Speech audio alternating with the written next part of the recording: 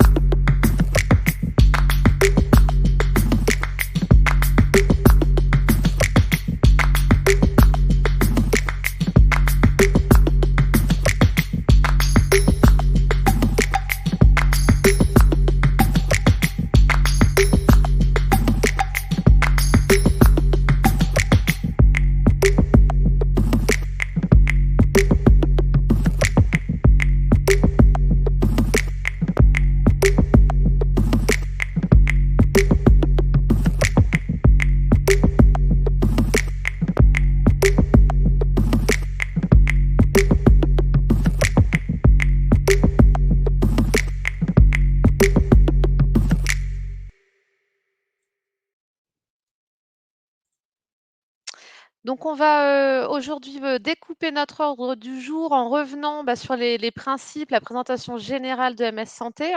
Comment concrètement raccorder votre structure, à MS Santé et puis, bien sûr, revenir sur les travaux qui sont menés actuellement pour accompagner, le déploiement de MS Santé, notamment au secteur, du médico-social. Et bien sûr, on répondra à vos, questions, donc n'hésitez pas à les poser, dans l'onglet questions, qui est, prévu, à cet effet.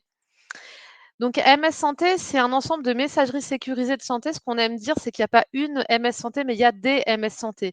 Il y a vraiment des messageries sécurisées de santé, qui, répondent à un certain nombre d'exigences, liées, à nos référentiels, le référentiel opérateur et le référentiel client de messagerie, avec des opérateurs qui contractualisent avec, l'Agence du numérique en santé, et donc ça garantit ce niveau de sécurité et la cohabitation de ces messageries au sein de ce qu'on appelle l'espace de confiance. Donc en gros, il faut le prendre comme une bulle sécurisée, qui, vous permet, d'échanger en toute confiance entre messageries sécurisées de santé, MS Santé. Donc bien sûr, vous n'allez pas pouvoir échanger, de MS Santé, vers une adresse, Gmail, ou Yahoo ou La Poste ou ce que vous voulez. Il faut bien, d'un point A à un point B, être au travers de messageries sécurisées de santé, MS Santé.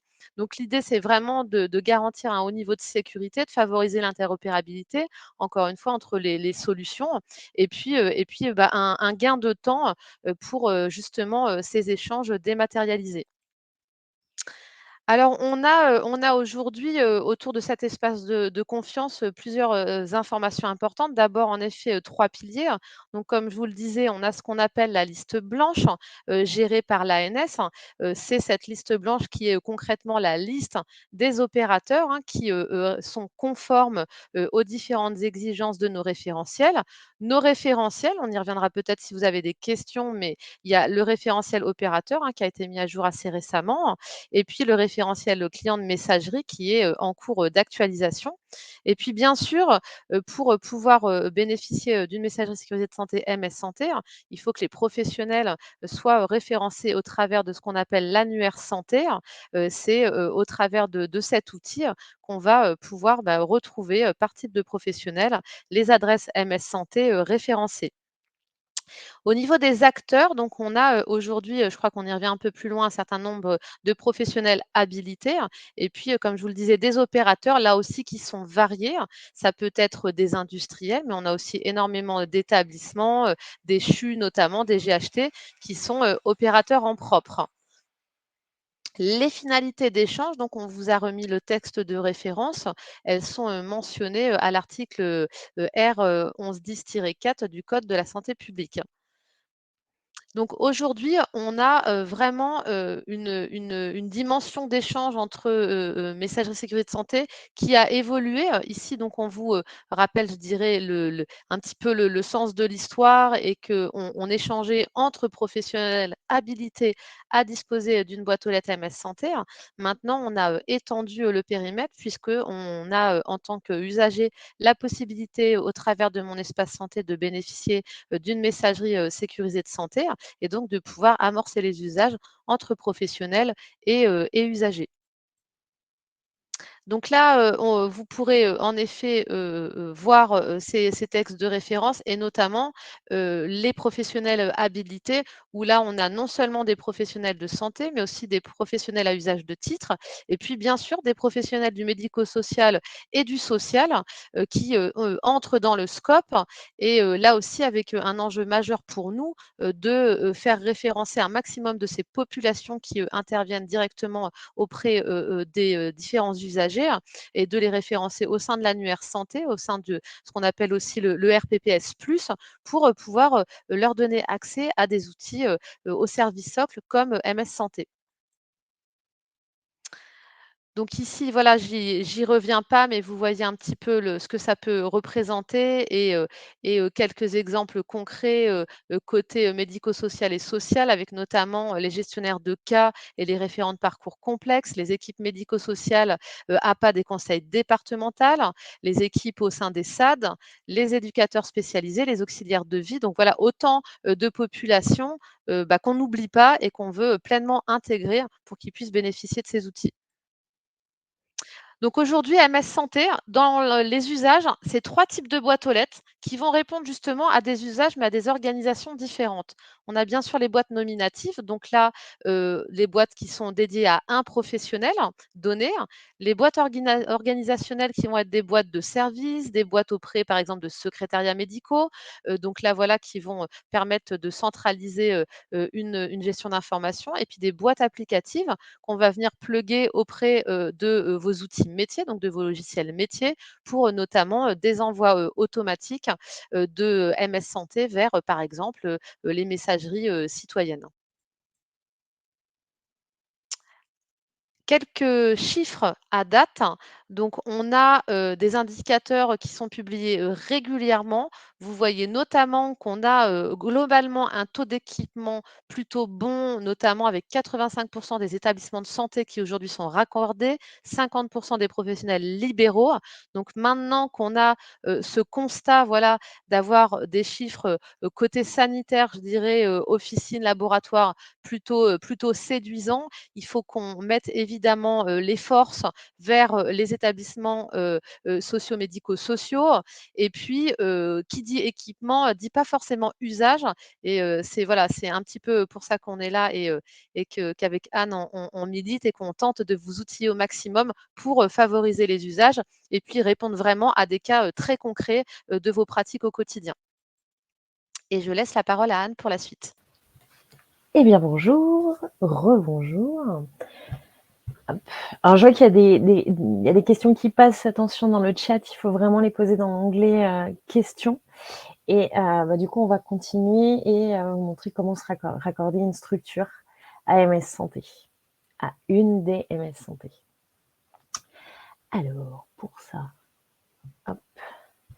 Donc, les questions essentielles à se poser, c'est quel est mon usage? Donc déjà identifier ce que vous avez aujourd'hui en pratique et ce que vous faites. Ensuite, c'est comment intégrer l'espace de confiance. Donc ça, on va revenir dessus, on va donner plus de détails pour devenir opérateur et mettre en place sa propre solution. Donc ça, Stéphane pourra en parler également tout à l'heure, ou faire appel à un opérateur tiers et externaliser sa solution MS Santé.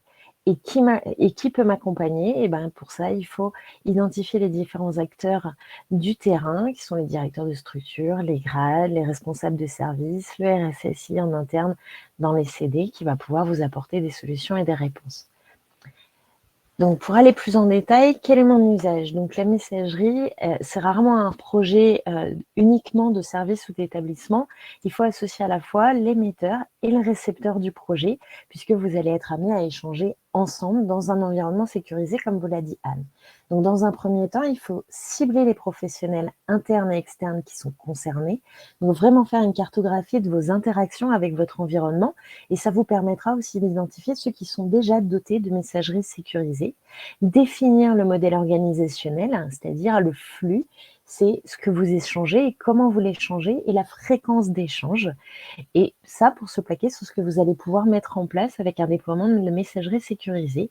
Et puis, formaliser le besoin de manière concrète avec des cas d'usage spécifiques. Comme vous l'a dit Anne tout à l'heure, MS Santé, c'est envoyer des messages d'un point A vers un point B. Alors, je crois que là, on n'a plus de... Moi, je n'ai plus d'écran. Je ne vois plus le PowerPoint. Hop. Je le repartage.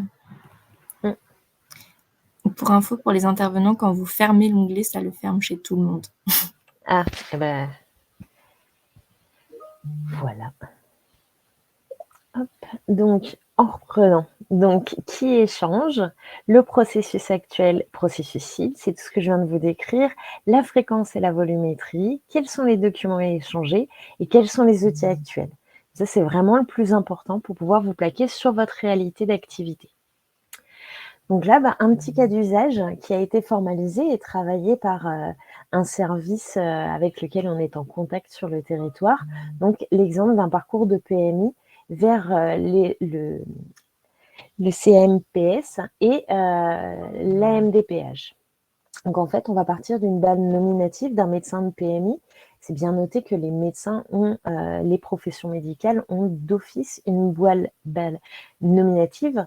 Donc, c'est la balle individuelle, en son nom propre, qui va demander, là, dans ce parcours-là, une demande de prise en charge pour un enfant. Il va y avoir une balle nominative et ou organisationnelle dans le CMPS qui ensuite va permettre donc de traiter l'information et de transmettre également le médecin, en tout cas de ce centre, va transmettre pour validation l'entrée de l'enfant et met en place un parcours selon les besoins identifiés. Donc pour ça, le document en lui-même, ça n'empêche pas l'échange autrement, va transmettre le document aux orthophonistes, psychologues et autres personnes concernées par la prise en charge de l'enfant via une BAL nominative ou organisationnelle, puisque ça dépend aussi du choix qui a été fait. Donc, soit il y a le suivi du parcours de l'enfant et du coup se met en place avec la coordination qui existe déjà, mais en sécurisant les échanges de documents. Et puis ensuite, on va renvoyer les informations vers une BAL nominative ou organisationnelle toujours, vers l'assistante sociale du service social et les professionnels socio-éducatifs. Et enfin, voilà, il y aura l'orientation de l'enfant et l'accompagnement des familles avec un retour vers la MDPH. Alors c'est un exemple, il peut y en avoir autant que de processus que vous pouvez avoir aujourd'hui dans vos pratiques. Là, un petit exemple plus concret de parcours. Alors, c'est très imagé, et on peut avoir toute l'histoire qu'on veut. C'est-à-dire que là, c'est pour vous montrer de façon vraiment très imagée, sans texte, qu'à chaque étape, il y a des éléments qui sont indispensables à posséder. Donc, l'alimentation du DMP, les cartes pour les professionnels pour s'identifier, l'INS qui permet de sécuriser l'identité de la personne prise en charge, que ce soit de l'enfant, de la mère, peu importe dans le parcours. Et tout ça, au niveau du service de PMI, tous ces éléments-là, une fois concentrés, vous êtes tout à fait opérationnel et sécurisé en tout cas pour permettre les échanges.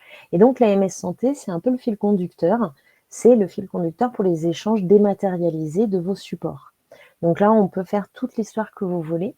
Ce qu'on a rajouté en haut sur la droite, c'est mon espace santé qui, du coup, Anne pourra vous revenir dessus, qui va permettre de recueillir des informations et potentiellement de créer de nouveaux types de relations ou d'échanges avec différents interlocuteurs qui aujourd'hui n'étaient pas inclus directement dans le circuit. Et ce qu'il faut savoir, c'est que chaque document qui est poussé dans le DMP aujourd'hui sera accessible dans mon espace santé avec des choix qui seront donnés à chacun de donner l'accès à tout le monde, aux proches, à personne ou à un groupe réduit d'individus intervenant dans les prises en charge. Donc, comment intégrer l'espace de confiance? Donc ça, c'est par rapport aux opérateurs. Donc, c'est ce que je vous disais tout à l'heure. Il y a deux possibilités. Soit devenir opérateur MS Santé et mettre en place sa propre solution. Donc, ma structure dispose de sa propre solution de messagerie pour ses professionnels habilités MS Santé. Donc là, c'est-à-dire que, par exemple, pour un conseil départemental, si le conseil départemental fait le choix de devenir opérateur parce qu'il est en capacité de le devenir, et ben du coup, il va proposer lui-même, sans passer par un intermédiaire, des solutions pour ses professionnels. Et si il n'y a pas la possibilité de le faire parce que c'est complexe et parce que c'est trop contraignant en charge, eh ben, il y a la possibilité de faire appel à un opérateur tiers et d'externaliser la solution. Et donc, pour ça, ma structure, elle va utiliser les services proposés par un opérateur MS Santé, un industriel, ou ça peut être également une solution régionale, s'il en existe, faisant partie de l'espace de confiance MS Santé, en ayant contractualisé avec l'Agence du numérique en santé. Donc, pour aller plus loin sur comment intégrer l'espace de confiance, donc là, on voit que pour devenir opérateur et mettre en place sa propre solution, il y a une première étape, c'est donc le pack opérateur qui est à renseigner. Donc, ce sont tous les documents et tous les formulaires qui vont permettre d'identifier et de donner les accès et les éléments nécessaires pour pouvoir devenir opérateur. Donc là, on a bien décrit le contrat opérateur, les annexes, les formulaires, les certificats nécessaires, et tout ça, c'est détaillé dans un parcours pour justement aider à ce type de choix. Et la deuxième possibilité, c'est donc faire appel à un opérateur tiers et externaliser sa solution MS Santé. Et là, on va aller choisir dans un catalogue qui est accessible l'industriel qui va répondre au mieux à vos besoins. Donc, soit c'est une solution industrielle compatible, soit c'est la solution régionale. Là, bien sûr, c'est un libre choix. Donc, vous avez l'ensemble des industriels compatibles qui sont listés et c'est à chacun, en fonction de ses besoins et de la nécessité de son activité, qui va faire le choix de tel ou tel opérateur. La deuxième étape, c'est j'initie la démarche de contractualisation. Donc, une fois qu'on a passé la première étape, là, on a pris son choix. Et puis, la troisième, c'est si besoin, je commande un lecteur de cartes en vue de l'enregistrement de mes professionnels de la structure dans le registre RPPS. Comme vous le savez, les infirmiers aujourd'hui sont passés dans le RPPS et donc il y a une migration de ce qu'était la DELI pour les infirmiers. qui est en place. Donc, qui peut m'accompagner dans cette démarche? Le DSI ou les RSSI de vos structures ou de vos services. Tout dépend comment vous êtes organisé. L'éditeur de logiciels métiers que vous avez qui peut aussi vous accompagner pour le raccordement et dans vos choix, puisque ça va être en collaboration les uns avec les autres. Il y a les relais régionaux, bien sûr, qui ne sont pas tous connus, mais qui existent et qui sont très investis, comme les GRAD, qui sont les opérateurs techniques des ARS, les acteurs de coordination, les DAC, les MDPH, les conseils départementaux, tous ces profils en font partie, et les fédérations et collectifs SI, organismes gestionnaires également. Et puis, il y a les relais nationaux, l'ANS qui est avec vous aujourd'hui, et puis l'équipe d'accompagnement, l'équipe d'accompagnement et de santé, la CNAM pour les EHPAD et les fédérations médico-sociales. Donc, les travaux à mener pour accompagner le déploiement de l'ANS santé au niveau du secteur médico-social. Donc là, je vous présente ce qu'on a initié et ce qu'on a mis en place, et puis les travaux collaboratifs que l'on a déjà réalisés. Donc la démarche, elle est faite avec des pilotes, avec des structures qui se sont portées candidates, après qu'on les ait sollicitées pour savoir si elles voulaient participer à ces travaux. Et donc l'objectif, c'est étendre la connaissance sur les échanges d'informations dans le secteur médico-social, social et avec le sanitaire, parce qu'on est bien parti du sanitaire, mais cela n'empêche que pour autant, il y a des cultures différentes en fonction des secteurs et qu'il faut qu'on puisse s'adapter aux besoins réels du terrain et à vos besoins. Expérimenter les modalités d'enregistrement des personnes et des structures de médico-social, ça nous permet aussi à nous et à vous de progresser et de prendre des décisions et d'avoir les actions correctives les plus pertinentes, construire l'organisation du déploiement national et régional, mais en se plaquant bien sûr, je reviens toujours dessus, sur vos pratiques, puisque c'est vous qui faites votre travail, donc nous on vous accompagne, et initier la démarche de déploiement avec pour objectif la génération qui a commencé en 2021 et qui va se poursuivre bien entendu. Donc le bilan à ce jour, c'est qu'on a 10 régions qui ont équipé des structures de médico-social et qui ont suivi les usages, donc, et qui nous enrichissent et alimentent également pour produire ce qu'on appelle des fiches usages, vous le verrez un peu après. Il y a environ 550 boîtes aux lettres qui ont été ouvertes, 101 structures qui ont été raccordées. Donc, vous le voyez, il y a des femmes, des MAS, des CMPS, des PMI, des MAIA, des PTA. Enfin, voilà, tout type de services ou de structures qui existent, que ce soit en structure ou hors les murs. Et puis, 30 cas d'usage identifiés. Alors, 30 cas d'usage identifiés, mais il y en a autant de cas d'usage possibles que d'échanges dont vous avez besoin via les MS Santé. Donc, ce qui est important pour nous, c'est la compréhension de l'intérêt de MS Santé, qui est un enjeu pour vous mobiliser autour de cette démarche. C'est la mise en place d'une organisation de projet adaptée, donc qui correspond à vos besoins. Un travail indispensable sur les cas d'usage, donc vous nous alimentez en besoin, donc vous pouvez les formuler et nous adresser des cas d'usage que vous avez identifiés et sur lesquels vous voulez qu'on travaille pour les communiquer au niveau national. Et puis, c'est surtout des bonnes pratiques au niveau information, formation, communication et accompagnement. Voilà. On répondra aux questions au fur et à mesure après. Donc, il y a 3 cibles à prioriser qui ont été identifiées. Les ESMS retenus dans le cadre du programme ESMS numérique et du Ségur. Le national va apporter son soutien au déploiement des ESMS et aux éditeurs dans l'intégration de la MS Santé des solutions. Je ne sais pas si vous avez entendu en parler en détail du Ségur, mais il y a des couloirs. Et dans ces couloirs, il y a des règles qui sont posées et qui permettent de mettre en place et de vous aider à obtenir du coup des facilités d'installation ou d'usage, avec des financements bien sûr. Le relais de proximité, donc l'objectif est d'augmenter la capacité de déploiement des messageries sécurisées de santé en s'appuyant sur les acteurs de la coordination au niveau local et déployer les outils du numérique avec les régions. Donc là, on travaille sur les DAC et les MDPH notamment, mais on est ouvert à toute proposition venant de votre part. Et puis, les usagers et les aidants. Avec mon espace santé et la messagerie de santé de mon espace santé, c'est un levier de déploiement des usages, puisque si en tant que professionnel, vous avez une messagerie sécurisée et que vous êtes habilité à alimenter le DMP, du coup, et vous allez pouvoir envoyer des messages à votre initiative en tant que professionnel à la personne que vous prenez en charge, que ce soit un patient ou un usager. Et donc, un parcours de coordonnées pour l'accès aux services du numérique avec le RPPS+, qui va vous permettre d'avoir accès à la messagerie de santé, mais également au DMP, au téléservice INSI et avec ProSanté Connect et ICPS.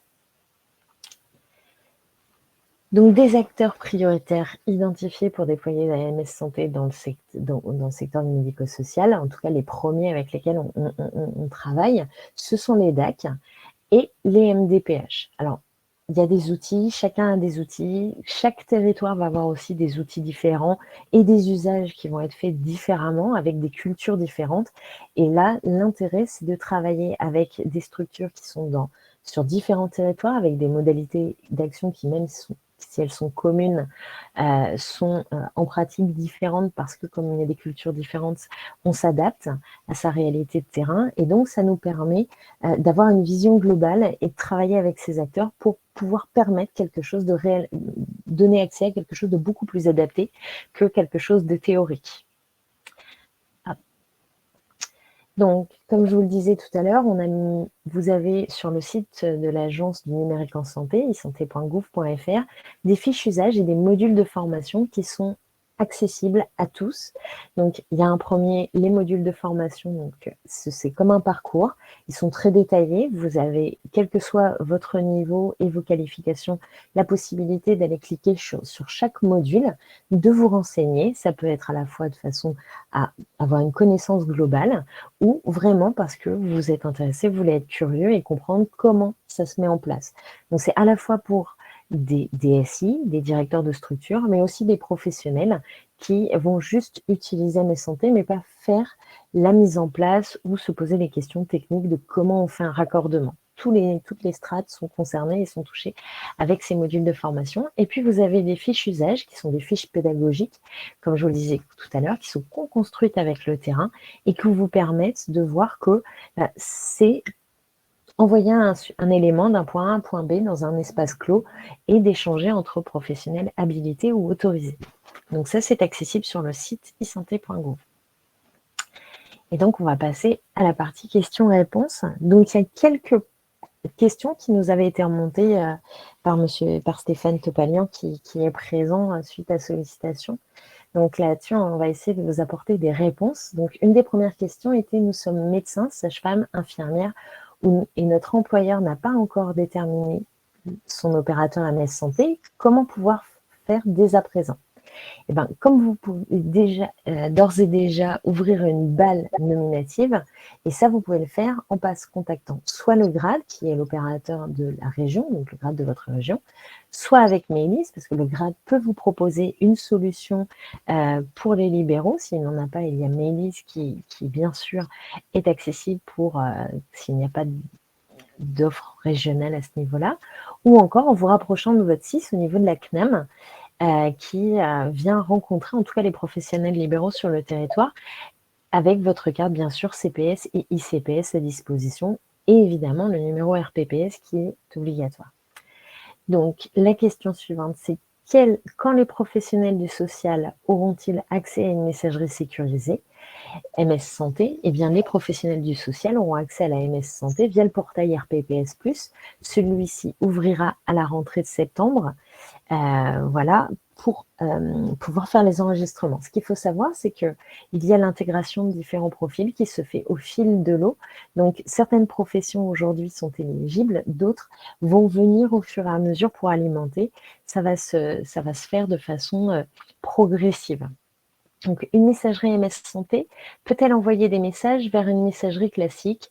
Là, on a des exemples, yveline.fr, gmail.fr. Eh bien non, comme on vous l'a expliqué tout à l'heure, MS Santé, c'est vraiment un espace clos dans lequel il faut être autorisé à entrer pour pouvoir échanger. Donc, Gmail et yveline.fr ne font pas partie des messageries sécurisées aujourd'hui, donc vous ne pouvez pas échanger avec des personnes qui n'ont pas d'adresse mail contenant MS Santé. Voilà. Comment savoir si la messagerie de mon correspondant est une adresse MS Santé? Eh bien ça, vous pouvez vérifier qu'il apparaisse bien dans l'annuaire santé ou que son adresse mail est de type nom, prénom, nom de domaine mssanté.fr. Ça, c'est pour la nominative. Et pour les balles de service, comme on vous l'a montré tout à l'heure, c'est le service qui va apparaître.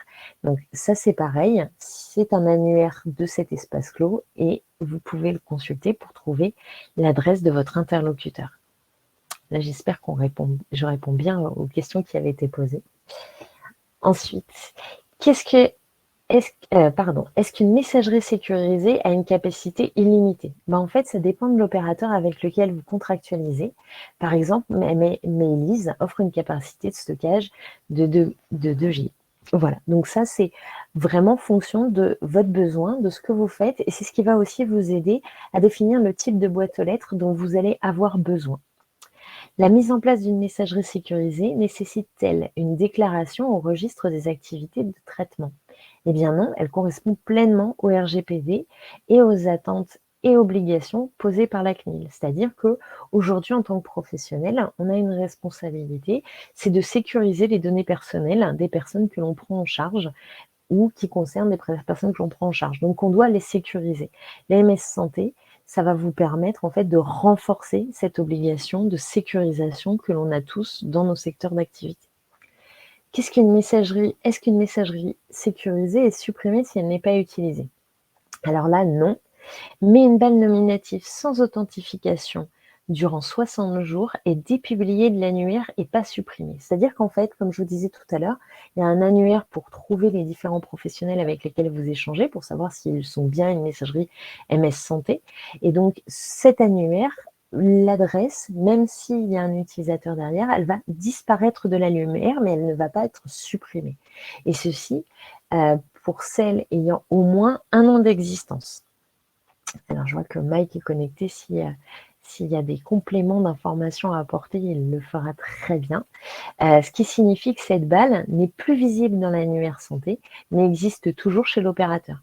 Et si par hasard l'interlocuteur se reconnecte, s'authentifie, du coup, l'adresse réapparaîtra au niveau de l'annuaire. Et voilà, on va passer à vos questions. Anne, du coup, je remonte ce qui est en effet dans l'onglet questions, puis on fera un petit check du chat s'il y en a qui se sont perdus. Il y a eu une question d'Anne-Lise pour savoir si Paco Globule, donc qui est un outil régional de Nouvelle-Aquitaine, est opérateur habilité. Donc Mike vous rappelle la liste en fait des opérateurs, donc qui est mise à jour régulièrement, et en effet le grade de ESEA de Nouvelle-Aquitaine est opérateur MS Santé. Donc en tout cas, vous pouvez vous y référer si vous voulez savoir si les outils que vous utilisez, voilà, correspondent à un opérateur MS Santé. Une autre question, peut-on être guidé dans le choix de l'opérateur? Donc là aussi, sur le site mssanté.fr, vous pouvez retrouver l'ensemble de la documentation, des parcours guidés, Anne aussi, qu'on a pu mettre. S'il est connecté, voilà, on peut vous remettre aussi les liens vers tout ce qui est parcours guidé, guide d'éligibilité, enfin voilà, tout ce qui existe pour vous permettre de vous accompagner, surtout au début du projet. Ce qu'on ne peut pas faire par rapport à ça, c'est du coup vous proposer un comparatif. C'est-à-dire que là, il y a de la libre concurrence. Ça serait indélicat, en tout cas, de notre part, de nous positionner. Mais par contre, là, vous avez la liberté de consulter la liste des opérateurs, de choisir, une fois que vous avez défini réellement votre besoin, l'opérateur qui répond le mieux à vos attentes. Et donc, c'est en ça que ça vous laisse une liberté de choix par rapport à l'opérateur que vous pourrez choisir pour votre usage. Voilà. Mike, n'hésite pas à intervenir s'il y a quoi que ce soit. Hop. Il y a une question. Voilà. Je ne sais pas si vous m'entendez. Oui, très bien. Oui, alors j'essaie juste. Bonjour à tous déjà. J'essaie de répondre aux questions dans le chat, mais pour l'instant, non, j'ai rien. Vous maîtrisez parfaitement, il n'y a rien à dire. Merci Mike. Du coup, pour partager à tous, hein, parce que c'est vrai qu'avec les nombreuses questions, peut-être que vous ne redescendez pas tous dans questions, on vous partage aussi les réponses de Mike. Isabelle qui nous demandait un petit peu tout à l'heure comment finalement on pouvait savoir aussi si l'adresse était bien une adresse MS Santé, répertoriée, etc. Dans l'annuaire MS Santé. Et bien du coup, Mike vous indique hein, que toutes les balles MS Santé sont visibles, hein, présentes sur l'annuaire Santé. Donc ça, c'est vraiment votre point de référence. Alors, on a une question. Tiens, du coup, alors, qu'en est-il de l'action de la région Île-de-France quant à cet équipement, donc la mise en place d'AMS Santé? En effet, nous n'arrivons pas à obtenir d'informations pour trouver un opérateur. Et là, c'est le service de PMI du conseil départemental, Magali, qui nous pose la question, si je ne dis pas de bêtises. Du coup, Stéphane, peut-être que toi, tu as là déjà une démarche que tu as anticipée et que tu pourrais faire part de ton expérience. Oui, alors nous, dans les Yvelines, on a pris la décision de chercher un opérateur MS Santé, mais entre-temps, afin que les professionnels puissent échanger des informations, soit entre eux, soit éventuellement à réceptionner des résultats de prescription, on a inscrit tout d'abord nos médecins et nos sages-femmes sur Mailise et on a fait activer leur compte, ce qui a permis tout de suite d'avoir des messageries sécurisées conformes. Et depuis quelques semaines, on démarre le processus pour nos infirmières et nos puéricultrices, c'est-à-dire de basculer sur Mailise, le temps de trouver au niveau du département un opérateur MS Santé qui prendra en charge toutes les créations de messageries dont on aura besoin, notamment organisationnelle et surtout parfois applicative, puisque au niveau des services de PMI, la messagerie applicative nous permettra de réceptionner les certificats de santé du 8e jour, du 9e mois, du 24e mois, dont l'envoi est prévu avec la plateforme nationale du ministère. Et ça, Magali, du coup, je vous invite, si Stéphane est d'accord, à vous rapprocher de Stéphane pour creuser un peu plus ensemble sur les démarches et ce qui a déjà été initié et ce que vous pourriez faire ensemble. Et bien sûr, on reste à disposition si besoin pour vous accompagner, en tout cas sur ce chemin-là. On a Patricia qui nous indique, donc qui nous demande si MS Santé est activable avec les hôpitaux. Donc Mike confirme bien et on vous le confirme, tous les établissements de santé sont éligibles à la MS Santé et c'est même plus que ça, c'est qu'ils ont, je dirais pour aussi des aspects financement à l'usage, même l'obligation dorénavant de disposer d'une messagerie sécurisée de santé MS Santé. La question de Christine, existe-t-il des webinaires similaires pour les autres thématiques de santé des collectivités territoriales? Exemple, direction service, MDPH, médecine du travail, SPS, protection de l'enfance. Là, justement, pour les MDPH, on démarre et on fait un appel à candidature pour venir contribuer à nos travaux d'amorce pour le déploiement. Donc, Christine, si vous avez des pistes, nous sommes à votre disposition. Voilà, et donc en fait, on peut faire en effet d'autres webinaires, mais globalement, on va rejoindre ce qu'on vous a présenté aujourd'hui sur les démarches à suivre. Donc si c'est un besoin exprimé, il n'y a pas de souci, on pourra se rendre disponible pour des webinaires plus spécifiques. Voilà. Ensuite, on a la question de Rachel. Bonjour, à qui peut-on donner la mise à disposition d'une balle organisationnelle dont la Mike vous a répondu? Pour cela, il faudra vous rapprocher et contractualiser avec un opérateur qui fournit des balles organisationnelles.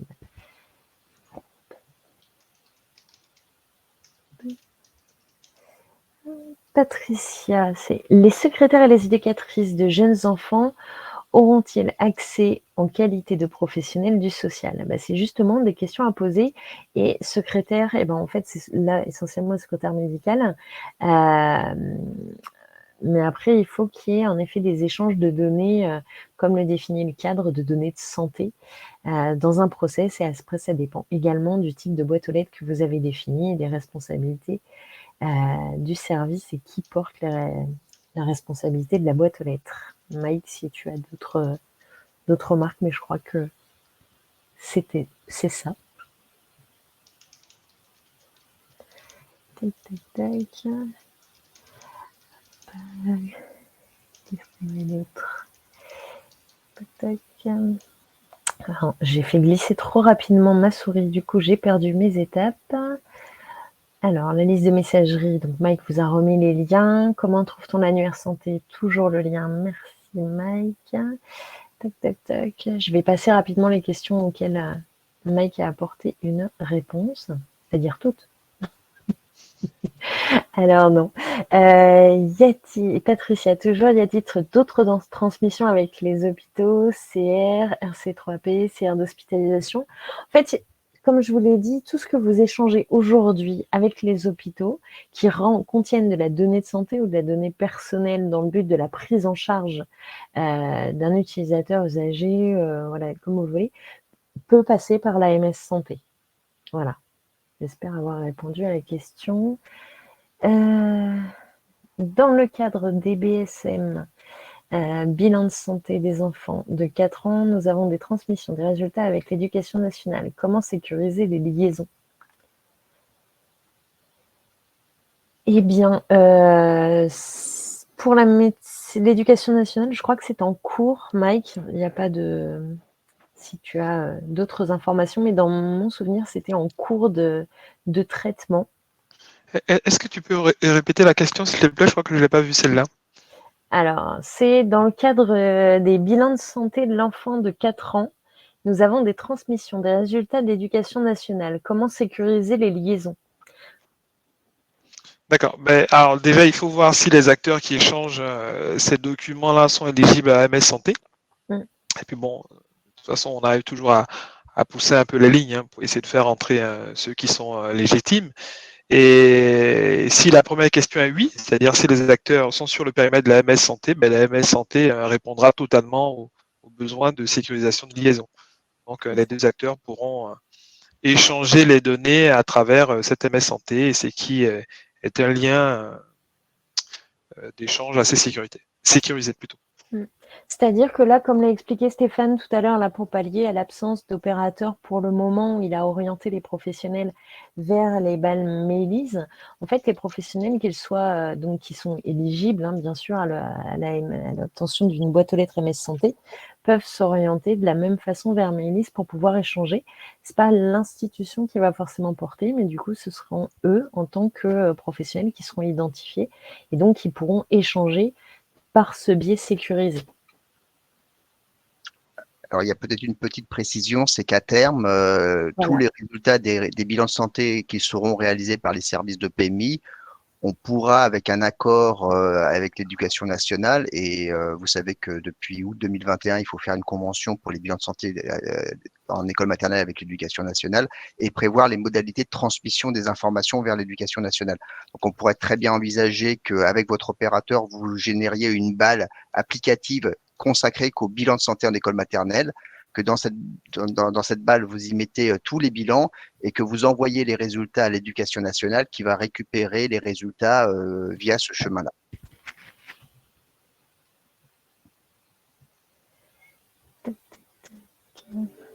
Alors, il y avait une question, y a-t-il un lien entre l'annuaire santé amélie.fr et l'annuaire santé dont vous parlez?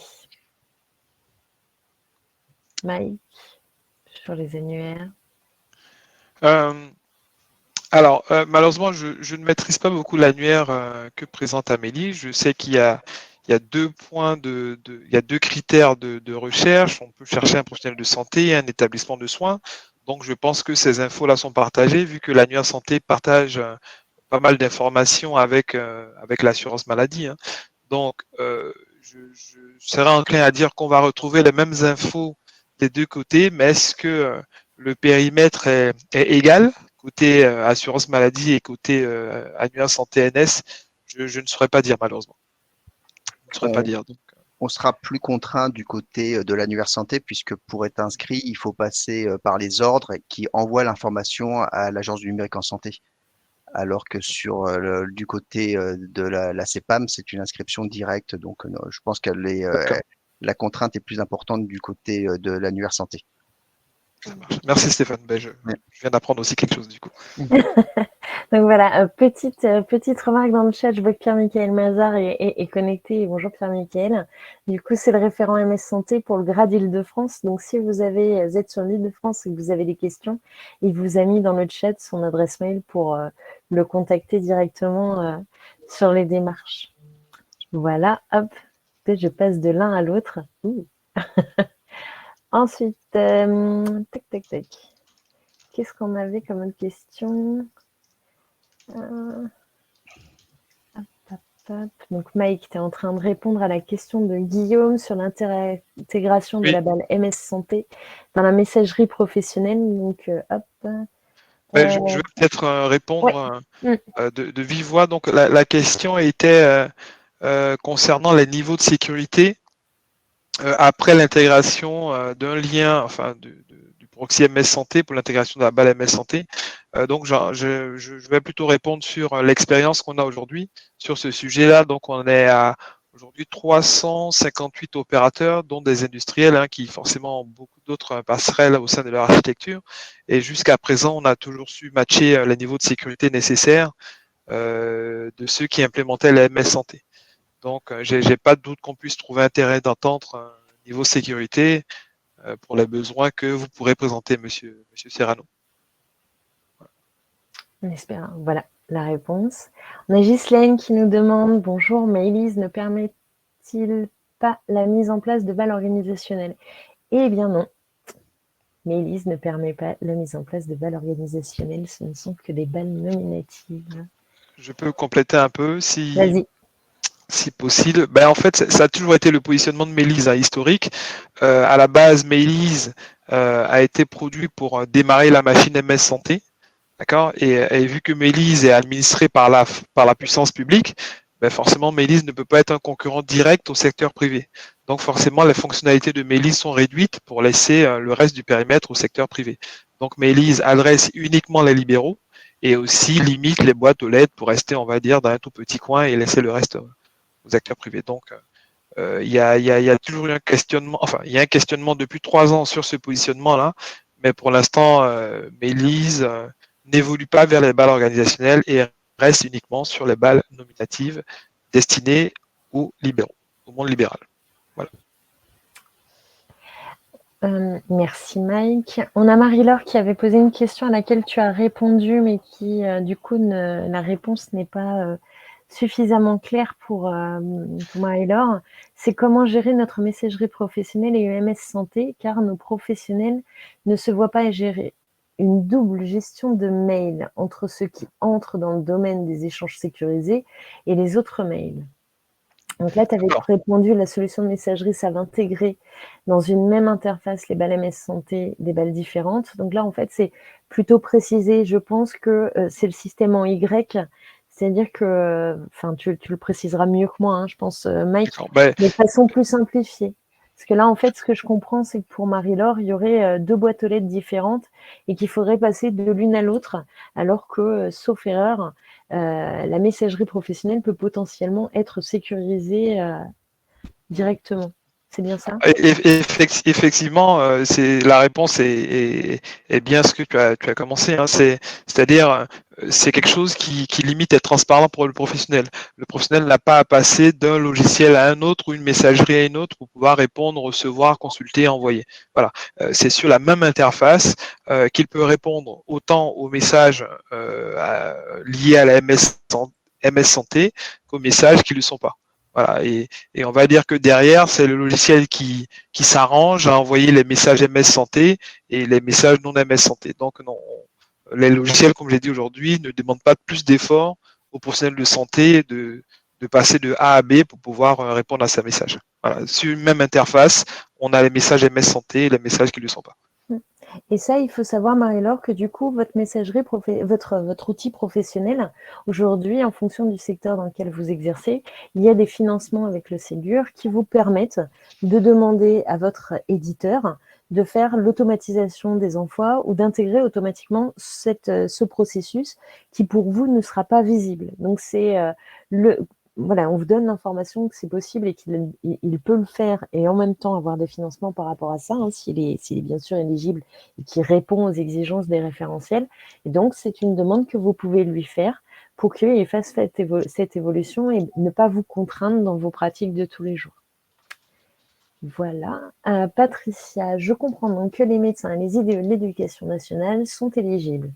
de facto, leurs qualifications font qu'ils sont en effet éligibles pour avoir des MS santé, tout à fait. Pouvons-nous avoir une synthèse des questions et des réponses à la fin de la séance? Alors, il faut savoir que le webinaire est enregistré, donc vous pourrez retrouver les réponses qu'on vous a apportées dès que le webinaire sera mis en ligne et donc accessible à tout le monde. Hop, hop, hop, hop là. Ensuite, il y avait une question de Nathalie Grelier. Si des SF ou des médecins de PMI sont référencés sur Mélis, par exemple, en dehors de l'intervention de la PMI, ils pourront échanger des documents entre eux, mais quid des échanges avec les établissements de santé extérieurs? Donc là, Mike vous a répondu, ils peuvent échanger avec la totalité de l'espace de confiance, donc toutes les personnes qui sont enregistrées à la fois dans l'annuaire. Alors, personne ou service, parce qu'il n'y a pas que l'individu en lui-même, ça peut être comme les balles organisationnelles qui sont des balles de service. Dès qu'ils sont enregistrés, dès qu'ils apparaissent dans l'espace de confiance, peuvent échanger avec tous, tout le monde est accessible. Nous avons des médecins vacataires avec une double activité PMI et cabinet médical. Il leur faudra-t-il 2 identifications différentes? Eh bien oui, puisque ce sont des balles qui sont en fonction de l'exercice. Voilà, donc en effet, ce n'est pas basé sur l'individu, mais sur l'exercice en lui-même.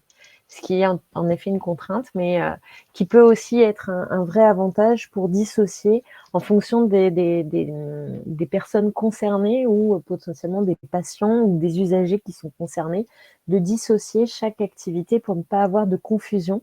Si vous avez des vacataires qui travaillent sur différents sites, donc ça, Stéphane peut aussi vous en parler parce qu'on l'a évoqué hier, ce point-là justement des professionnels qui travaillent sur différents sites. Là, je pense qu'en retour d'expérience, Stéphane sera beaucoup plus enrichissant que mon retour à moi.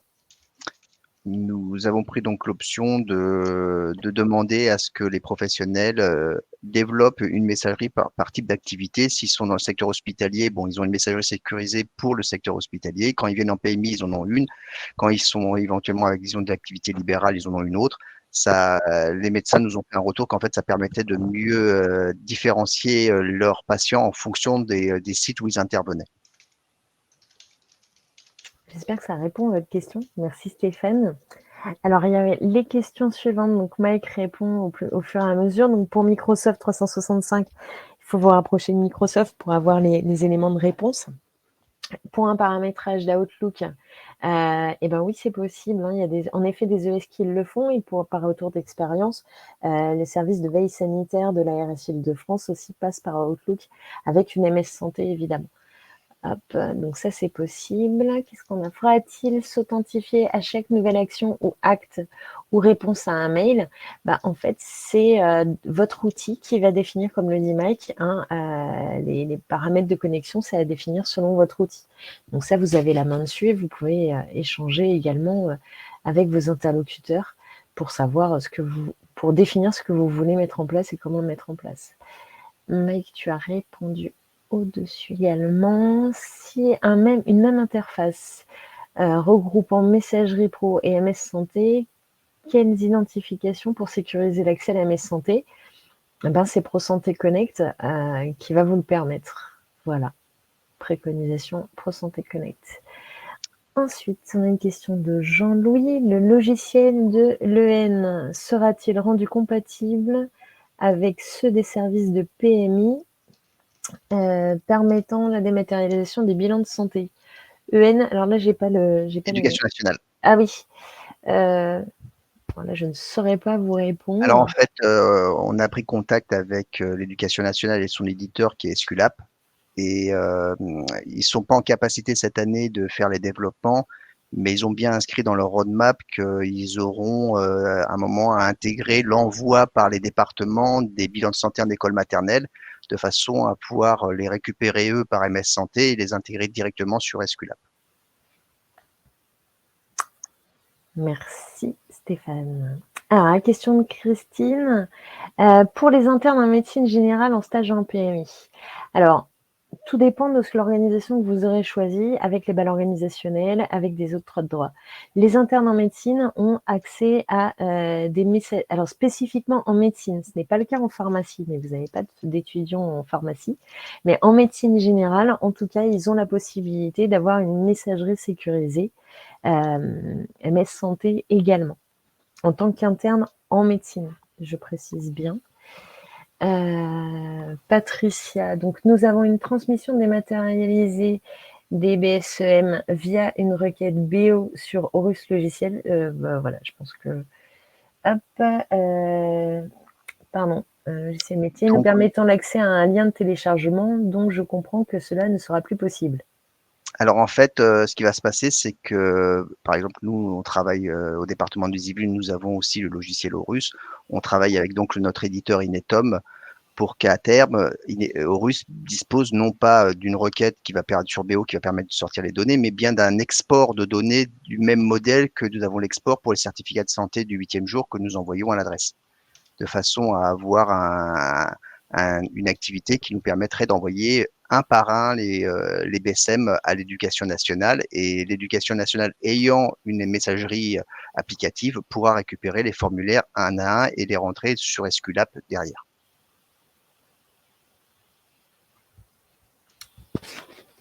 Voilà, merci. Julie, donc je vois que Mike a répondu. Donc en effet, hein, on ne fait pas de support pour les logiciels tiers. Par contre, ce que vous pouvez faire, c'est vous rapprocher de votre service, donc soit de votre RSSI, soit de votre DSI, pour justement voir ce qu'ils peuvent faire pour simplifier votre problème. Mais en effet, on ne va pas sur les logiciels tiers. Donc ça, c'est avec votre service SI que vous allez pouvoir trouver des solutions par rapport à ça. Idem, même question pour les stagiaires santé en PMI. Comme je vous ai dit, c'est valable que pour les médecins, les étudiants en médecine pour le moment.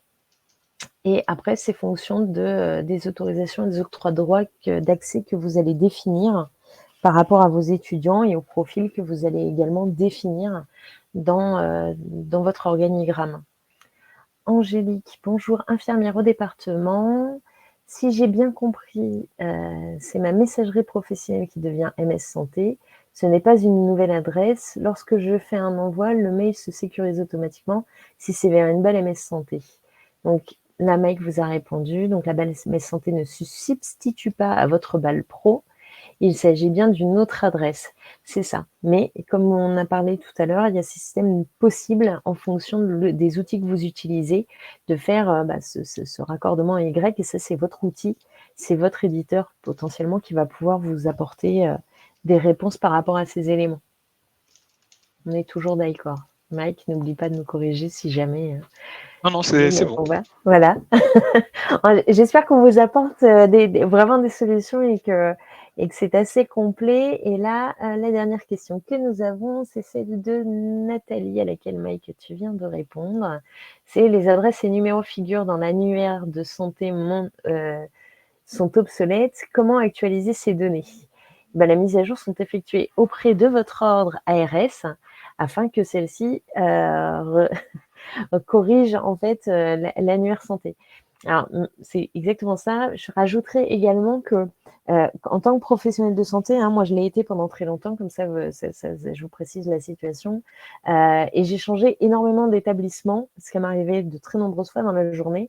Ce qu'il faut savoir, c'est qu'il faut, quand on n'est pas vacataire, comme je l'étais, mais quand on est en fixe et qu'on change, non pas régulièrement, mais de façon cyclique d'établissement, il faut spécifier l'établissement auquel on va travailler. Donc, il faut prévenir notre autorité de tutelle pour que, en fait, notre identification, notre parcours et notre progression professionnelle soient suivis. Et ça a un impact, en effet, sur les données qui vont apparaître dans l'annuaire santé. Donc, ça fait partie des éléments, comme on va contractualiser avec un établissement, un service ou un secteur, ça fait partie des éléments qu'il faut prendre en considération maintenant pour que, du coup, on ait tout notre bagage qui nous suive. Pourquoi je vous dis ça ? Parce que il y a actuellement, on produit des indicateurs MS Santé qui sont accessibles dans les régions Et on constate qu'il va y avoir différents opérateurs ou différentes adresses qui vont voyager avec la personne, mais sans que la personne, le professionnel, ait prévenu l'autorité de tutelle, que ce soit l'ARS ou son ordre, de son changement d'activité, d'environnement d'activité. Ce qui fait que du coup, ça crée des confusions et des difficultés de gestion pour retrouver justement les informations et dans le maintien de l'annuaire. Donc, c'est aussi une responsabilité qu'on a, nous, en tant que professionnels de santé ou du secteur du social et du médico-social, que d'informer nos autorités pour qu'elles puissent au mieux identifier notre parcours et sécuriser nos démarches. Voilà, j'espère que c'était assez clair. Hop, hop, hop. Alors, Agnès, où les services de DSI peuvent avoir des réponses techniques? Là, du coup... Mike vous a remis l'adresse sur mon service client mssanté@isanté.gouv.fr. Voilà. Nous avons... Hop, je redescends. Question de Christine. Les inscriptions à la MS Santé requièrent un FINES, un numéro FINES. Donc ça, c'est l'activité, l'activité déclarée. Constat d'impact avec l'édition qui s'ensuit d'une CPS et incidence sur l'accès de certains logiciels santé avec authentification CPS, double identification possible. Quelle harmonisation pour les collectivités territoriales? Donc là, Mike vous a apporté une réponse. Les établissements accèdent à la MS Santé avec un FINES Sirène ou SIRET. Les trois sont possibles. Et après, il faut donner en effet quelques précisions sur cette notion d'harmonisation. Est-ce que c'est par rapport à l'identification, l'obtention des cartes, les accès? Voilà, Christine, il faut aller un peu plus loin dans la question pour qu'on puisse vous répondre précisément. Hop, Gauthier, avez-vous déjà des exemples de boîtes applicatives intégrées au logiciel de PMI? Du coup, ma réponse n'est pas oui. Alors, j'avais pas bien compris la question. Désolé. Oui. Alors, oui. Donc, la question, c'est est-ce qu'on a des exemples de boîtes applicatives liées à des PMI? Alors là, comme ça, j'aurais du mal à répondre à la question parce que oui, aujourd'hui, on approche les 550 000 boîtes aux lettres dans l'espace de confiance. Donc, et pour répondre à la question, il faudrait un peu d'analyse. Donc, malheureusement, je ne pourrais pas donner de réponse là en séance. Alors après, si Stéphane, on se base sur le début, je pense pas qu'on ait encore de balles applicatives qui soient accordées à un logiciel de PMI puisque ça n'est pas encore initié. Non, et je pense que la première balle applicative qui sera intégrée à un logiciel de PMI, ce sera celle qui permettra de récupérer les certificats de santé du 8e jour, du 9e mois ou du 24e mois, dès qu'elles proviennent en fait de la plateforme nationale d'échange des certificats de santé. Donc ça, c'est encore en cours de développement et ce seront certainement les premières balles applicatives qui se mettront en place. Les secondes qui viendront derrière seront certainement celles qui concernent les bilans de santé en école maternelle, où là, au lieu d'être un récepteur, la PMI sera un émetteur d'informations vers l'extérieur. Que la balle applicative vous permet d'envoyer en masse, mais également de recevoir en masse. Après, c'est comme voilà, pour les déploiements, c'est les décisions qu'il va falloir que vous posiez pour vraiment structurer vos choix par rapport au type de balle, et ça en lien avec votre organisation. C'est-à-dire qu'en fonction de la taille ou du volume de ce que vous allez envoyer ou recevoir, il va être pertinent d'avoir soit uniquement des balles organisationnelles, soit uniquement des balles applicatives. Les balles applicatives, c'est vraiment pour les envois en masse, on va dire de très très gros volumes. On ne va pas rentrer forcément dans le détail, mais c'est plutôt un système automatisé. Donc là aussi, pour aller après plus finement, vous pourrez creuser les éléments qui sont à votre disposition. Mais vraiment, c'est de se dire, voilà, la balle applicative, je vais avoir des très gros volumes. C'est plutôt celle-là que je vais mettre en place, sachant que mon outil, s'il est bien raccordé, puisqu'il y a aujourd'hui des financements de raccordement automatique, mais pour les PMI, on n'y est pas encore. Du coup, il y a cette possibilité de demander à l'éditeur de faire en sorte que quand vous recevez le message, en fonction de la dénomination de la pièce jointe ou du document avec l'INS, parce que l'INS permet la sécurité par rapport à l'identification de l'individu, puisse le classer directement dans le dossier concerné.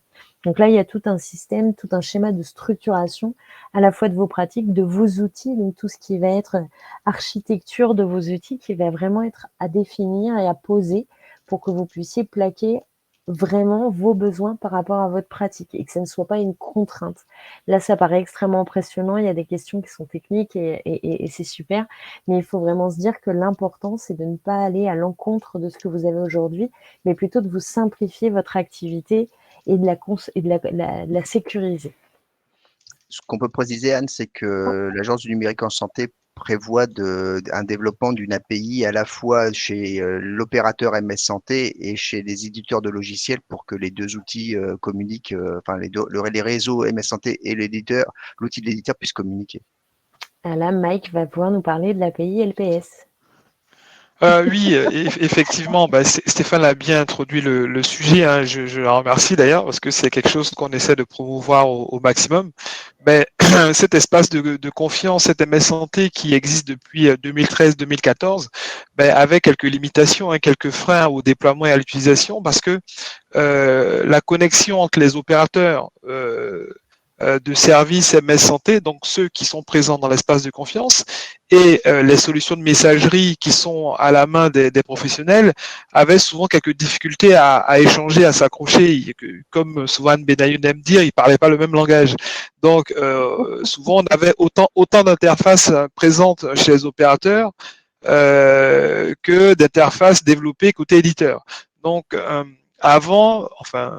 oui, c'est ça, je veux dire avant, un éditeur, pour s'accrocher à 5 opérateurs, était dans l'obligation de développer 5 interfaces différentes. Donc aujourd'hui, grâce au Ségur et au financement qui vont avec, qu'est-ce qu'on établit? On établit l'existence d'une seule interface. Alors, pas l'existence, mais aujourd'hui, on pousse une interface qui est l'API LPS/D8, parce que ça couvre aussi le médico-social, autant que le sanitaire, auprès des opérateurs, pour que les éditeurs aient la possibilité, avec une seule interface développée chez eux, de s'accrocher à tous les opérateurs de l'espace de confiance. Et ça, pour nous, c'est un vrai gain, un vrai boost sur le déploiement de la MS Santé et les usages que ça va pouvoir solliciter derrière. Donc, résumé, une interface chez l'opérateur, chez tous les opérateurs, hein, la même interface chez tous les opérateurs que les éditeurs pourront accrocher à volonté. Voilà, j'espère avoir été à peu près clair. J'ai compris, moi. Parfait.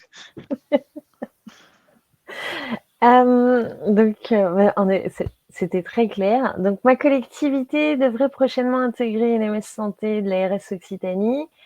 Si des professionnels de santé ont déjà ouvert une MSS de type Mélise, devront-ils fermer cette MSS au profit de la MSS fournie par la collectivité? Alors là, Mike vous a répondu, hein, ça dépend des usages de chaque boîte aux lettres. Si la boîte aux lettres prochainement ouverte auprès de l'ARS a pour vocation de remplir la fonction de celle de mes livres, la réponse sera oui. Comme on vous l'a expliqué tout à l'heure, en fait, c'est vraiment, et comme l'a redit Mike, c'est vraiment en fonction des besoins, en fonction des pratiques et de l'intérêt du professionnel. Voilà. Ensuite, Patricia. Par contre, certains professionnels de santé n'ont pas souhaité figurer dans l'annuaire de santé, car par exemple en PMI, je comprends que l'actualisation de l'annuaire est nécessaire.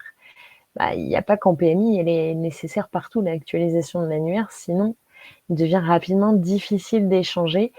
Et tout propriétaire d'une balle MS Santé, comme vous l'a écrit Mike, a la possibilité de passer en liste rouge l'information et les transmettre à l'opérateur. C'est-à-dire que voilà, c'est de principe, il y a cette possibilité-là, comme avec le téléphone, les numéros de téléphone. Jean-Louis avait une question. La question suivante, c'est le flux des certificats de santé à partir de la plateforme nationale vers les PMI circulera-t-il sur la MSS Sécu? Les maternités ont-elles l'obligation d'envoyer les CS8 sur la plateforme? Normalement, oui. Les CS8, c'est une obligation réglementaire. Donc, en fait, il n'y a pas de changement sur les obligations aujourd'hui. Alors, on va peut-être préciser, en fait, Anne, le 2 juillet 2021, l'Agence du numérique en santé a publié le référentiel pour la circulation des certificats de santé entre les maternités, les libéraux et la plateforme nationale, et de la plateforme nationale vers les services de PMI. Donc, c'est un texte qui est opposable, donc qui est réglementaire.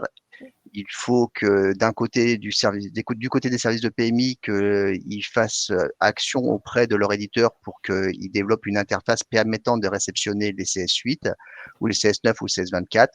Du côté des maternités, il faut que l'équipe dirigeante, la direction de l'hôpital fasse pression sur son éditeur pour que cet éditeur puisse, à partir du dossier mère et du dossier enfant, extraire les informations dont on a besoin pour élaborer un CS8 et les transférer à la plateforme nationale.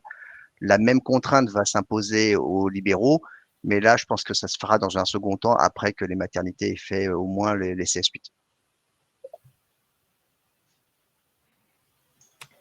Alors, la question, merci. Tac, tac, tac. Hop, hop, hop. Alors, je ne sais plus si on n'avait pas sauté des questions. Sur ces balles applicatives, la récupération des CS sera-t-elle intégrée par interface? Donc là, Mike vous a répondu. C'est un cas d'usage présent aujourd'hui, de l'automatisation sur de l'automatisme sur la réception de certains documents.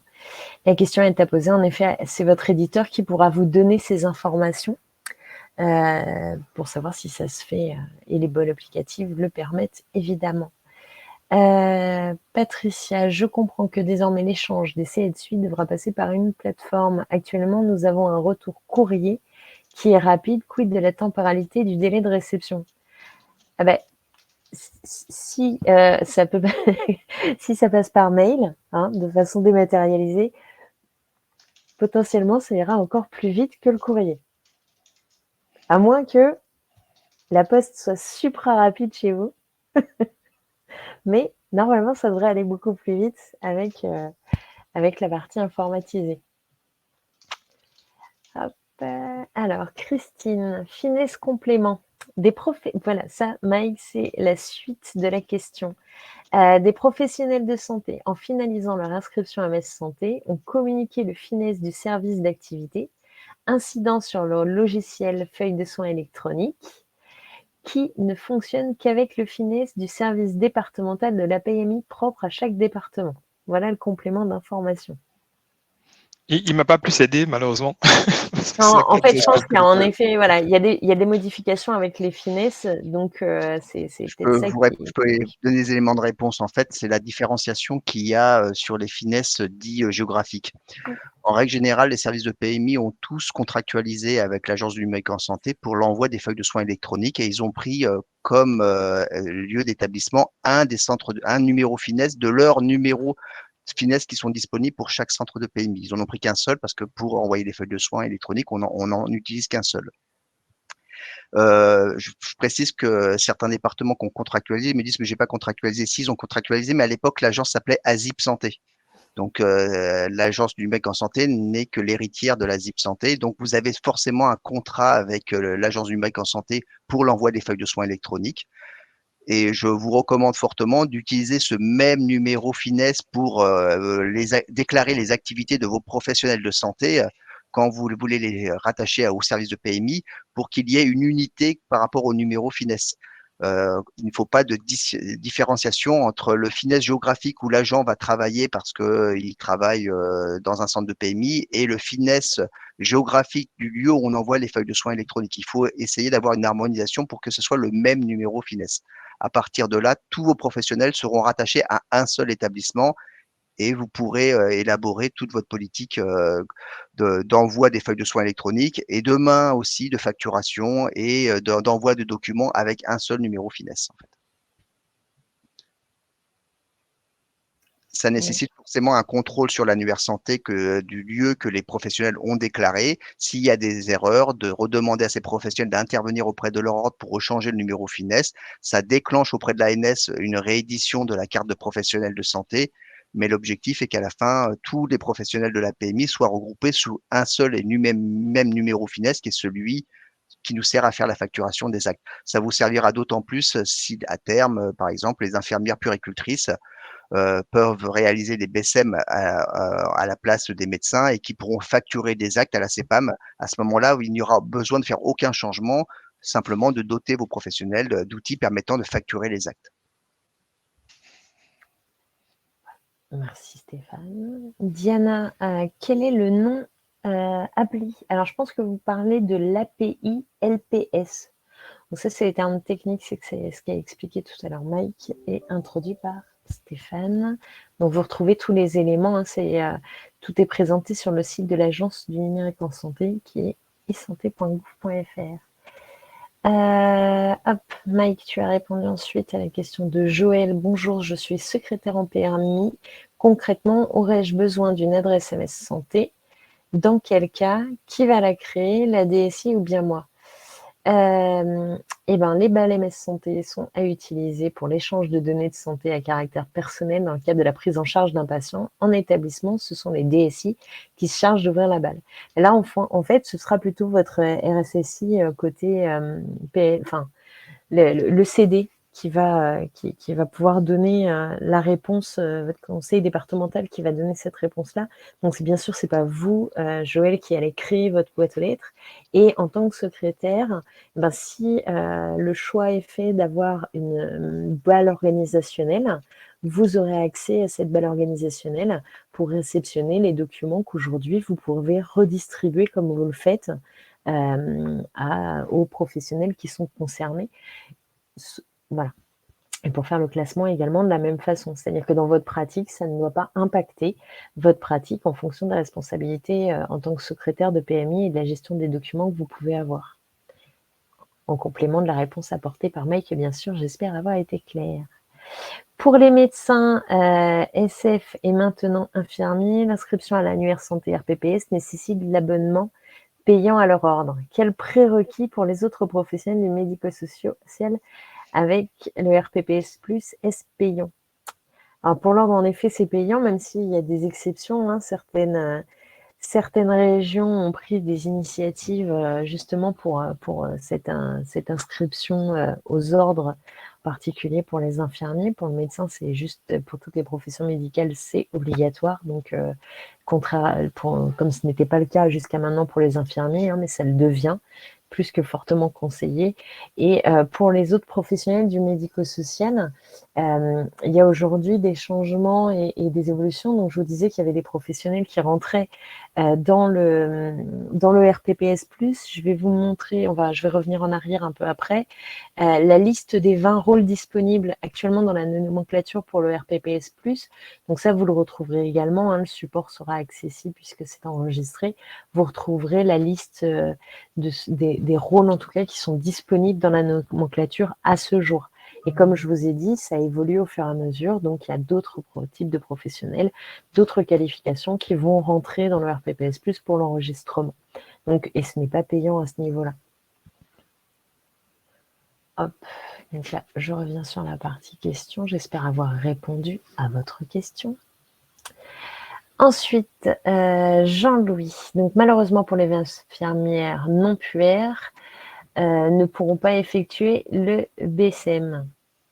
Facturé. Pas le facturer. Oui, alors en fait, concrètement, oui, le protocole d'accord national de transfert de compétences de médecins va à destination des puéricultrices, mais pas des infirmières. Il n'y aura que les puéricultrices et la reconnaissance de leur diplôme et année supplémentaire de formation qui permettra de réaliser un BSM qui soit entre guillemets facturable à la CEPAM, sachant que le gouvernement a bien programmé plus de 40 millions d'euros à cette initiative auprès de l'assurance maladie pour cette année. Voilà, on essaie par avoir répondu. Norbert, le référentiel ADLI doit disparaître à quel horizon? Alors, pas tout le référentiel, puisque la migration se fait au fur et à mesure, Norbert, mais en tout cas, pour les infirmières, c'est acté dès maintenant que tout doit migrer vers le RPPS. Donc, il n'y a plus d'enregistrement ADLI pour les infirmiers. En tout cas, ça, c'est une chose qui est certaine à ce jour. C'est vraiment le RPPS qui prime. Donc, passer par l'ordre. Voilà. Hop, en espérant avoir répondu à votre question. Et ensuite, pardon, j'ai fermé les questions. Je suis désolée. Bénédicte, bonjour. Pourriez-vous envoyer les références des textes cités dans les échanges, d'une part pour la convention de la PMI, avec l'éducation nationale et d'autre part pour l'interface des CS8 avec une plateforme. Ça, Stéphane, je pense que c'est toi le plus à même d'envoyer ces liens. Bénédicte. Oui. Voilà. Ensuite, Gauthier, des financements sur objectif de dématérialisation de flux sont-ils prévus pour les conseils départementaux et notamment les PMI? Eh bien, Gauthier, c'est une excellente question et quelle est une demande qui est à pousser très, très fortement auprès de nos autorités de tutelle et également de la DNS. Donc, je crois que vous avez des webinaires également qui sont organisés avec la DNS ou en tout cas la possibilité d'avoir des contacts avec le ministère pour que cette demande puisse aboutir, puisque voilà, il y a déjà tous les éléments et il y a tout ce qu'il faut pour pouvoir s'intégrer ou s'immiscer dans cette démarche et obtenir potentiellement quelque chose. Mais nous, au niveau de l'Agence du numérique en santé, nous faisons la promotion, mais nous ne portons pas. Voilà, donc vous pouvez pousser et en effet, vous êtes déjà à maturité sur beaucoup de choses et vous avez des outils qui peuvent vous permettre de vous inscrire là-dedans. Donc, construisons l'argumentaire. Stéphane, j'espère avoir Oui. bien transmis le message. Et en fait, ce qui est important, vous voyez, si on travaille ensemble, tous ensemble sur les modalités de déploiement pour les PMI, ça vous donne également la possibilité d'avoir du poids pour montrer que vous avez un engagement fort pour vraiment protéger votre activité et montrer que vous avez une vraie envie d'avancer dans cette démarche. Et ça, c'est important pour avoir du poids. Voilà. Je peux préciser que jeudi, donc le webinaire consacré au DMP, enfin à l'espace numérique de santé, il y aura la présence d'Odile Jamet de la direction du numérique en santé, où cette question du couloir ou du sous-couloir PMI sera évoquée. Allez-y. C'est là où on pourra agir pour une reconnaissance des spécificités PMI. Ouais. Voilà. Ah, donc, allez-y. Bon, voilà, on a répondu, je pense, à toutes les questions. Un petit questionnaire de satisfaction pour voir si ce webinaire vous a répondu du coup à vos attentes. Et si vous avez d'autres questions, vous pouvez toujours nous envoyer des messages. Vous avez nos coordonnées, bien sûr. Et on reste à votre disposition le cas échéant. Patricia, qui nous a dégainé une petite question. Quelle échéance pour l'obtention de se mettre à jour? Pour se mettre à jour, pour l'instant, alors si je comprends bien, il n'y a pas de deadline qui a été posé. C'est en fonction de votre maturité et là-dessus, Stéphane, je pense que tu pourras apporter aussi d'autres éléments. Mais, oui, il n'y a pas de contrat. Il n'y a pas de date précise, mais les textes faisant cette obligation d'échanger dans un réseau sécurisé sont publiés au journal officiel, donc ils s'appliquent immédiatement. Maintenant, comme tu le disais, c'est une trajectoire vers être complètement compatible avec MS Santé. Ça, nous, on l'a fait en 2 phases. On part tout de suite sur Mailise pour que très rapidement nos professionnels aient des messageries sécurisées. Et dans une seconde phase, on passe sur un opérateur pour restructurer l'ensemble a posteriori.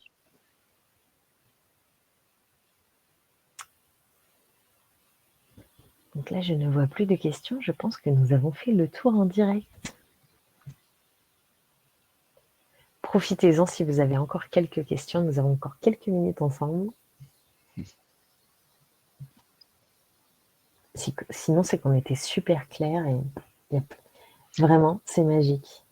Il faudra peut-être préciser que à terme, le MS Santé va servir à communiquer entre professionnels, mais aussi communiquer avec les patients PMI.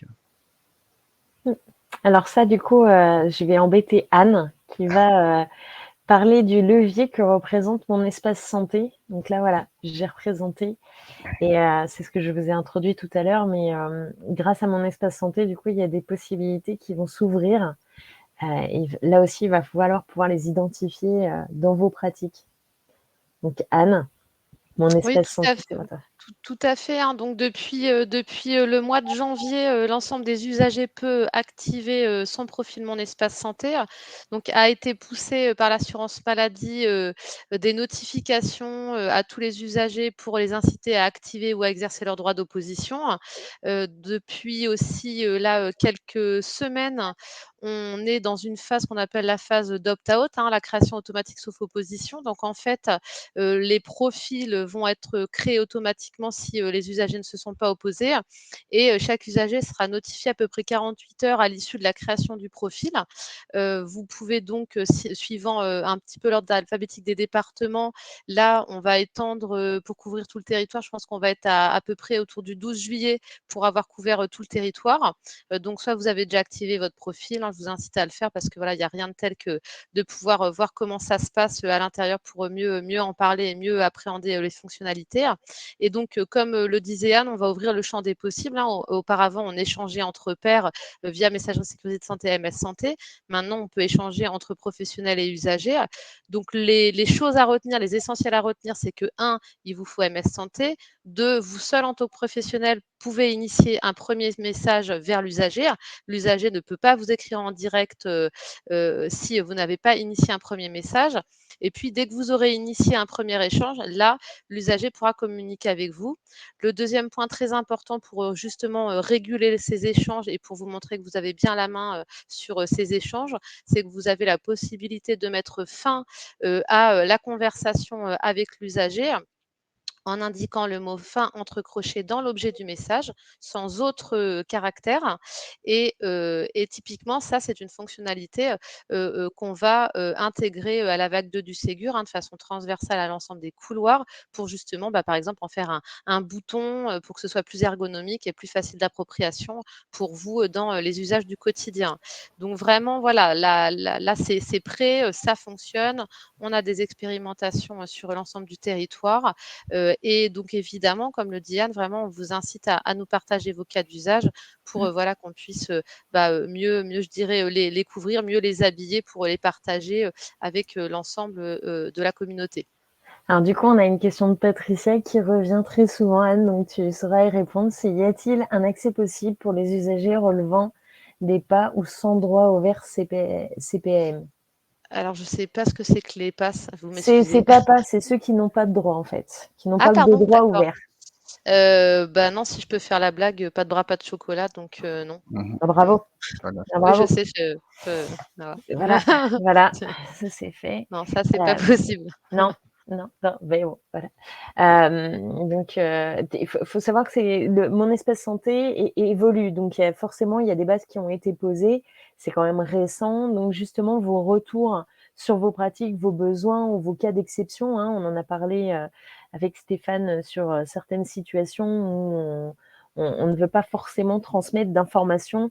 Il y a des spécificités avec l'accès au DMP qui font que aujourd'hui, il peut être structuré, les choses. Ah oui, permanence d'accès aux soins. Merci beaucoup. Je l'avais pas su là. Merci Valérie. C'est PASS avec 2 S. Merci Jean-Louis. Donc voilà, donc pour le DMP, aujourd'hui, il y a la possibilité de le classer. Il y a toujours la possibilité, ce qui n'était pas utilisé par les praticiens jusqu'à maintenant, mais en tout cas de donner accès, visibilité ou non, complète ou partielle, à ce qui va être déposé dans le DMP de l'usager ou du patient, hein. Donc la même chose pour certaines informations spécifiques, en particulier pour tout ce qui va être interruption de grossesse, hein. Il y a des choses qui vont être transmises ou pas, avec vous avez des méthodes aussi de déclaration qui vont être plus ou moins différentes. Donc là, c'est un cas particulier, mais du coup, des informations peuvent être poussées automatiquement ou non automatiquement. Donc ça, c'est pareil, hein, c'est à définir avec les outils que vous avez à disposition et sur ce que vous avez, vous, comme pratique actuellement, des modalités de transmission d'informations, ce que vous révélez, ce que vous révélez pas, avec accord ou non de la personne. Mais en tout cas, l'accord est obligatoire avec le RGPD maintenant. Et avec la CNIL, il y a un devoir d'information. Mais dans tous les cas, voilà, ça va en ce sens. C'est en ça que je vous disais, quand vous allez faire vos déploiements ou vous allez faire vos échanges, vous avez des pratiques, il ne faut pas se dire on va tout casser pour aller vers quelque chose de nouveau. C'est comment plutôt se poser la question de comment renforcer ce qu'on a aujourd'hui. Par exemple, là, avec mon espace santé, il va aussi y avoir la possibilité d'inclure des accompagnants ou des proches dans une démarche. Alors, pour ceux qui vont être tuteurs, qui vont avoir des droits, bien sûr, de regard sur les dossiers médicaux des personnes, hein, pour les personnes vulnérables ou choses comme ça, la réglementation ne change pas par rapport à ça, mais vous allez pouvoir générer des échanges avec des aidants ou des accompagnants qui vont pouvoir avoir une information anticipée dans le temps par rapport à je vais passer un coup de fil après voilà une réunion de concertation où on se met d'accord sur un type de prise en charge mais on doit inclure la famille.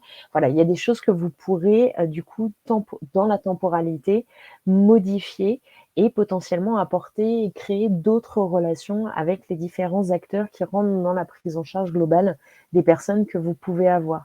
Alors ça, c'est des idées que nous, on peut avoir, c'est des informations qu'on peut vous remonter, mais c'est aussi, vous pouvez aussi, vous, identifier des situations qui, aujourd'hui, peuvent connaître des blocages ou des contraintes et qui peuvent être levées et auxquelles nous, par exemple, on n'aurait pas forcément l'idée de penser parce que on n'est pas dans vos pratiques au jour le jour.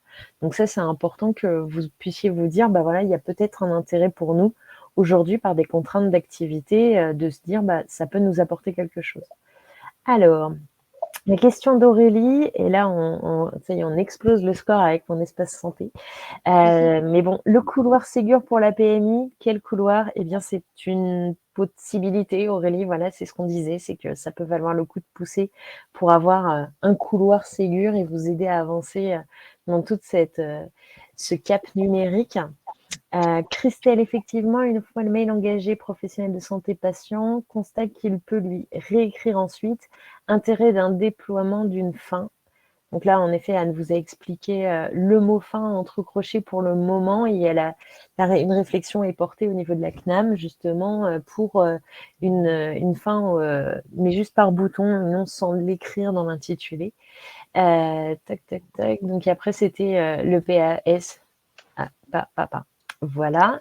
Et Agnès avait une question pour toi. Stéphane a-t-il des informations sur la communication de la roadmap Horus par Inetum? Donc ça, Stéphane, je te laisserai de répondre. Et Marc a répondu roadmap Horus fin 2022, INS et Pro Santé Connect, et 2023, MS Santé DMP. Super, on vous engage, messieurs. Alors, moi, je vais devoir vous quitter malheureusement. Merci Mike, en tout cas, pour votre participation. Juste petite info, en tout cas pour toutes les questions concernant la MS Santé, qu'elles soient techniques ou fonctionnelles, voilà, nous, équipe projet, on est prêt à accompagner. Donc n'hésitez pas à solliciter la balle du service client. Je laisserai Anne Benayoun rappeler cette balle-là une dernière fois dans le chat. Donc n'hésitez pas à poser vos questions si vous avez besoin d'accompagnement ou des questions un peu plus techniques. Certificat, déploiement, interface avec les clients de messagerie, on essaiera d'y répondre. Voilà. Donc en tout cas, merci à tous pour votre présence et puis je vous dis à bientôt. Merci à toi Mike. Je vais devoir vous laisser aussi. Merci à tous. On est arrivé au terme de notre présentation et de notre webinaire. Donc j'espère que ça vous a convenu et en tout cas merci d'être venus aussi nombreux. Merci.